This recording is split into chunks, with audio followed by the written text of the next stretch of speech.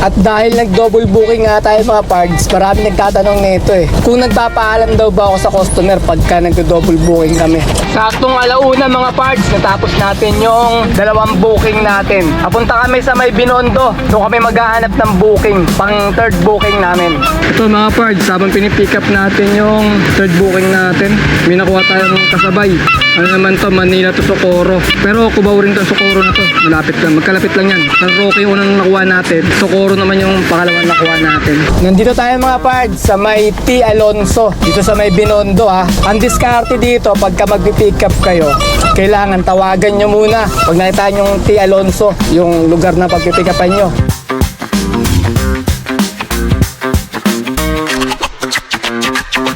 Good day mga pards! Today is another booking day na naman tayo. May 15 ngayon, Thursday 2025. Time check, 9:52 AM. May first booking na tayo from Sauyo going to Manila sa halagang 948. Ang layo ng pickup location ay 4.7 km. 1,000 kg to. Papunta na kami sa may pickup location.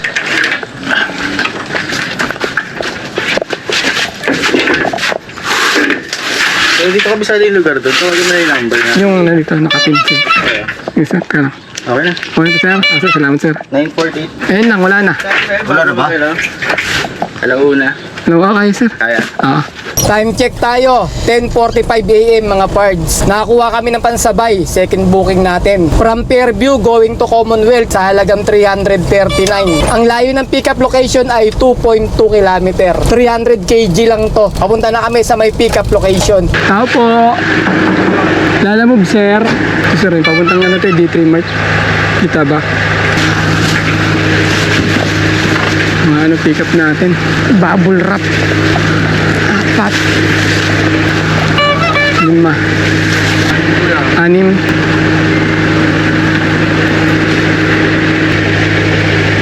Okay mga pards, na-pick up na natin yung dalawang booking natin. Papunta tayo ng drop-off location. Yung second booking muna unang di-deliver namin, papuntang Commonwealth lang kasi malapit lang. Ang layo ng drop-off location ay 5.8 km. Alright, let's go! Maganda yung first booking natin mga pards kasi nagbigay ng tip si sir. 948 lang yung booking niya, ginawa niyang 1,000. Okay lang na sabayan natin kasi ano naman 1 PM pa daw yung receiving doon kasi may break time sa pagdideliveran natin nito. Ano to? Siguro construction to mga naggagawa siguro doon yung pagdideliveran natin. Yung second booking naman natin, madadaanan natin kasi dadaan tayo ng Commonwealth. Nandito tayo ngayon sa may Fairview. Kaya yung nakuha natin sa may Litex, madadaanan natin. Kaya yun muna ang unang di-deliver namin, yung sa may Commonwealth muna. Para papunta na ng Maynila, dire-diretso na lang yun. Yung etong Commonwealth, patagos kami ng Quezon Ave, Espanya. Tapos malapit na yun doon. Dahil ang pag-deliveran natin, yung first booking na to ay sa may Ermita mga pards. Thursday tayo ngayon, pero para maganda yung kalsada ng Commonwealth ngayon, maluwag mga pards. Hanggang makarating tayo ng Litex. Diyan tayo mag-U-turn, mga bandang Sandigan. Wala kasing U-turn dyan sa may Litex Avenue. Kaya lalagpas tayo ng Litex. Bandang Sandigan tayo mag-U-turn, pabalik ng Litex. Ganito rito pagka ang mga pick up mo, mga deliver mo sa may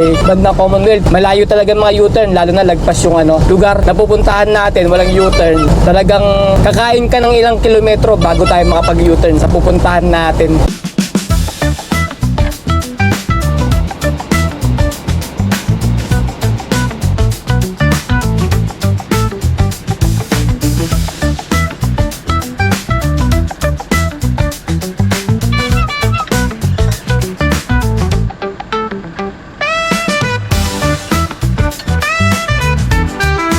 Puntahan sa dulo mga pards. Dito yung nagbigay ng remark kasi nakapasok ang sasakyan. Tindahan, dulo, hanapin natin. Pwede mong tanong kilala niyo po si na Joy? Ito po ang bahay na blue. Blue po, salamat po. Deliver, lalamove. Yung yung bubble wrap.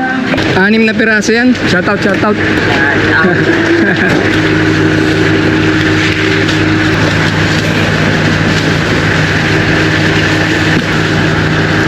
Hindi, okay na yan, bayad na yan. Okay.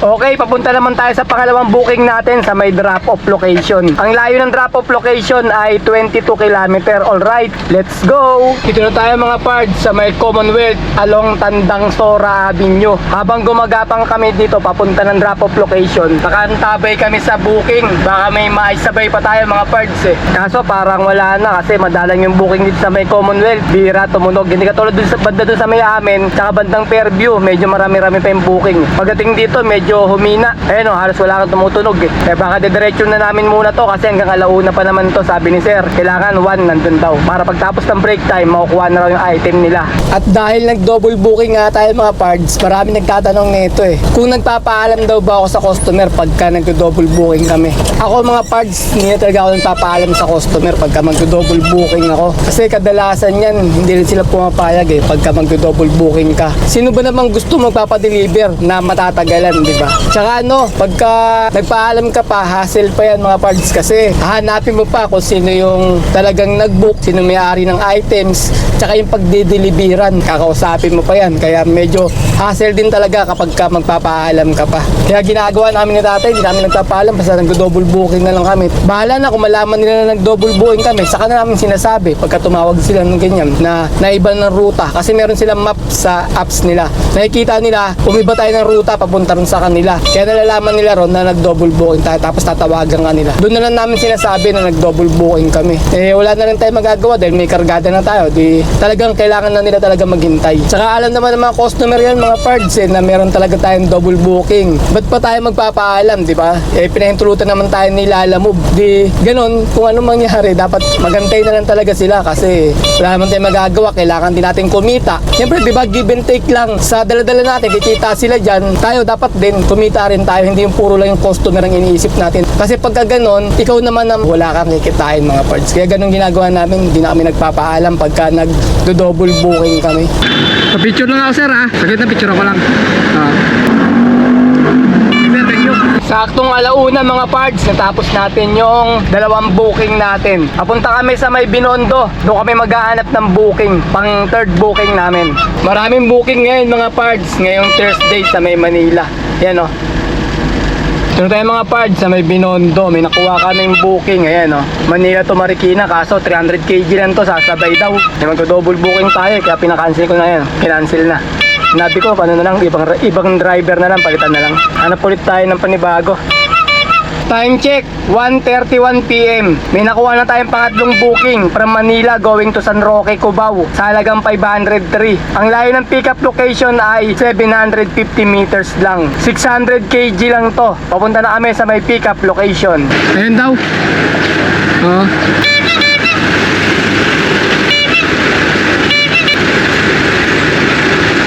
Ito mga pards, habang pinipick up natin yung third booking natin, may nakuha tayong kasabay.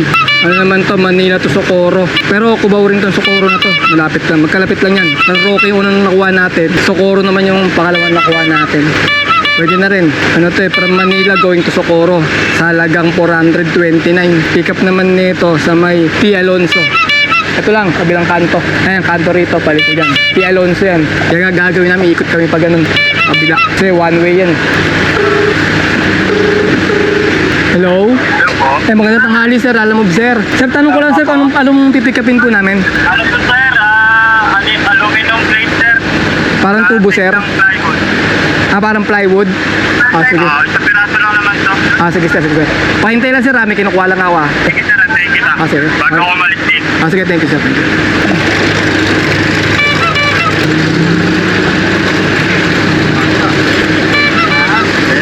Bata pa.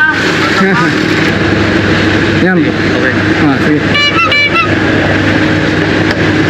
Okay, papunta naman tayo sa may pang-apat na booking natin, yung pangsabay natin mga pards. From Manila going to Socorro, sa halagang 429. Ang layo ng pickup location ay 400 meters lang. 1,000 kg to. Papunta na kami sa may pickup location. Ito na mga pards, may T. Alonso na tayo. Na-pick up na natin, ayun o. Ayun yung pick up natin. Checker plate. Anong tawag dyan? Checker plate stainless. Checker plate daw, stainless. Sabi ni tatay, alam niya raw yun kasi yung trabaho niya dati, mga stainless nung araw sa truck. Bawal kasi huminto rito eh, yan wala maparadahan oh. hinto ka lang, diretso karga na. Magkakatrapikan dito kasi one way lang. Okay, papunta tayo sa may third booking, drop off natin. Yung mga inidoro muna mga parts, ang dideliver natin. Ang layo ng drop off location ay 10 km. Alright, let's go! Nandito tayo mga pards sa may T. Alonso, dito sa may Binondo ha. Ang diskarte dito, pagka magpipick up kayo, kailangan tawagan nyo muna. Pag nakita nyo yung T. Alonso, yung lugar na pagpipick upan nyo, tanungin nyo kung may mapaparadahan. Kasi kadalasan wala talaga napaparadahan dito kasi lagi may mga nakapark na kabilaan. Kaya tapos one way lang to eh. Kaya ang diskarte talaga dito, kontakin nyo, tapos sabihin nyo na papunta na kayo para ma-ready na nila. Tapos pagdating dito, diretso karga na, hinto ka lang saglit kasi pila-pila yung mga sakyan dyan eh. Kailangan karga na agad, hindi pwede magtagal, kundi magagalit yung mga nasa likuran natin. Ganito diskarte rito sa may T. Alonso. Ito yung mga lugar ng isang linya to, puro mga stainless, mga pipick upin mo dito. Mga lababo, may mga inodoro din, mga ganyan, basta mga gamit sa pag-construction ng bahay, mabibili nyo rito. Pero laging may mga nakaparada eh, kaya kailangan talaga mabilisan. Wala nang babaan yung driver, bubuksan ng painante mo, tapos kakarga na. Kung wala ka naman painante, buksan mo, ikakarga na nila yun, sila nang bahala magkarga dyan. Tapos sarado mo yung pintuan, mabilisan, hindi pwede rito yung matagal. Nandito nga tayo mga pards sa may T. Alonso, corner Recto Avenue yan. Tapos kakanan tayo rito sa Recto Avenue. Dire-diretso tayo hanggang Mindiola. Tapos kakaliwa tayo ng Ligarda para dire-diretso na ng yung Ligarda na yun. Magsaysay hanggang dire-diretso na tayo ng Doña Aurora. Tapos tatawid natin yung EDSA. Pag tayo ng EDSA, Doña Aurora, doon na tayo. Yung drop off natin. Doon lang naman malalapit lang yung drop off natin ng dalawa eh. Kabilaan lang yun, Socorro tsaka San Roque. Kaya okay din nakuha natin. Kakalaga ng na rin, 1,000 na rin to eh. Yung dalawang booking na to. Kapag nandito ka sa Binondo mga parts, makakapili ka kasi ng booking mo dahil ang daming booking dito eh. Yan o. Diba? Kitaan mo yan. Bahala ka na mamili kung diskarte mo, malapitan o yung mga sakto lang ang layo or malayuan, dalawang booking, ganun. Kaya makakapili ka ng mo rito, mga booking na gusto mo. Kasi maraming booking dito sa may Binondo. Ayan, no? Pili ka na lang ng diskarte mo para kumita ka rito sa Binondo.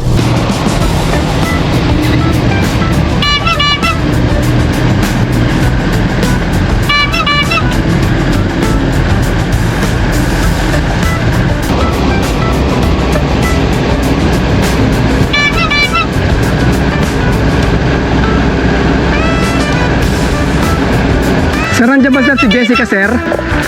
Jessica? Deliver kasi ako eh. Yung mga inodoro. Pero nilagay tablas forwarder. Okay, pasok na lang. Atras ko dito? Okay.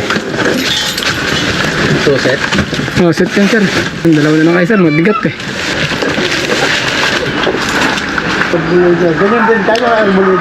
Okay, papunta naman tayo sa next drop-off natin, yung pang-apat na booking. Ang layo ng drop-off location ay 1.4 km. Alright, let's go! Nasa may Pitwason tayo mga pards. Yung deliver natin ng pang-apat na booking natin, dyan lang sa may Cubao Market. Cubao Market ba yun, tay? Ah, hindi pala Cubao Market. Ano pala? Farmers Market pala mga pards. Pag-deliveran natin. Doon naka-pin yung map niya. Nandito na tayo mga pards sa may Farmers Cubao. Habang papunta kami ng drop-off ng pang-apat na booking, may nakuha kaming booking eh. Ayan oh. Ito, bagong lipunan to. Mamaya sabihin ko sa inyo kung magkano to. I-drop muna namin tong pang-apat na booking namin.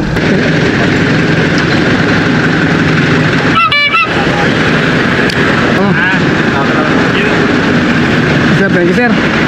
Time check, 3:25 PM. May pang-limang booking na tayo from Bagong Lipunan, Krame, going to Pasong Tamo sa halagang 578. Ang layo ng pickup location ay 1.4 km.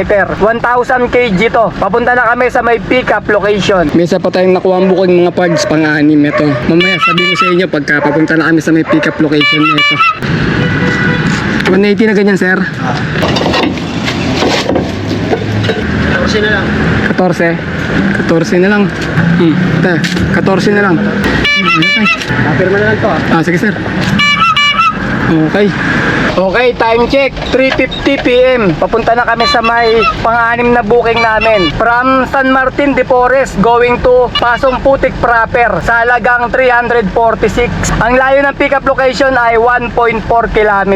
300 kg to. Papunta na kami sa may pickup location. Sir, ito yung comfort wash. Comfort wash. Comfort wash. Hindi ito yun? 103 Pitwason, no? 3 laundry. Oo. Doon sa kabila. Saan Saan, sir? Doon, Ito? sa doon. Sige, sir. Salamat, sir. Yung papuntang ano, yung bato lugar, Quezon City. Fairview. Pasong Tamo. Pasong Tamo ba yan? Walisan mo muna.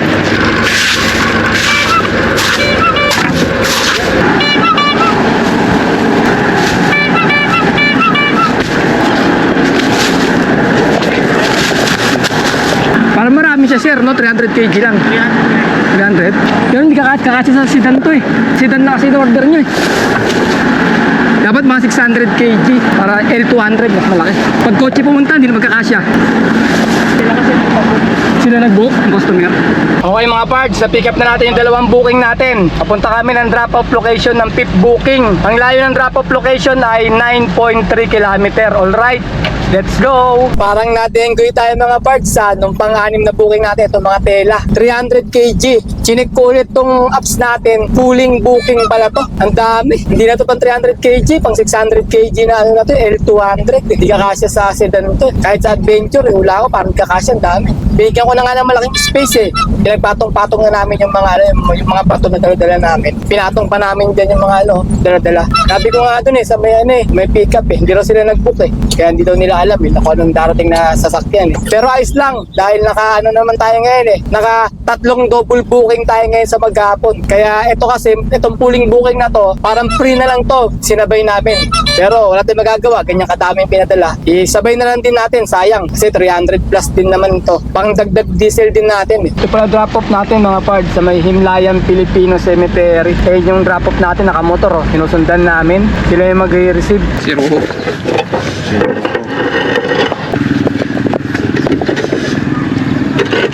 mo na nagkasobra, no?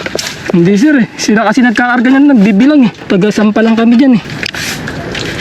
Okay na, sir. Ayun lang, sir. Yung ano, buwat lang na 200 po. Okay. Salamat, sir. Okay, papunta naman tayo sa pang-anim na booking natin, drop-off location. Ang layo ng drop-off location ay 11 km. Alright, let's go! Ito na mga parts. Nasa may Mindanao Avenue na tayo. Hapon na naman, rush hour. Ito, traffic dito ngayon. Karga muna tayo mga parts. 700 diesel. Baba na ng diesel ngayon. Ayan yung diesel mga parts. So, 46.99 na lang. Kasi mga nakaraan mga parts, yung karga namin ni tatay nasa 53 per liter. Umabot pa nga ng 56 eh. Nung nakaraan mga buwan. Buti bumaba na siya ng ganito kababa. Okay mga pards, income reveal tayo. Bale, naka-6 na booking kami sa maghapon at ang kinita namin ay 2,514. Pagkatapos nakakuha kami ng 350 na tip. Kasama na yung buwat namin na nung pang-5 booking mga pards. I-add natin sa 2,500 yun, magiging 2,850. Pagkatapos bawasan naman natin ng 700 na diesel at 200 na pangkain. Bale, 900 yun mga pards. 2,850 minus 900 equals 1,950. Ayun yung kinita namin ngayon mga pards. Naka 1,950 kami na malinis. Labas na rin yung pangkain, pan-diesel. Saka yung commission nila alam mo.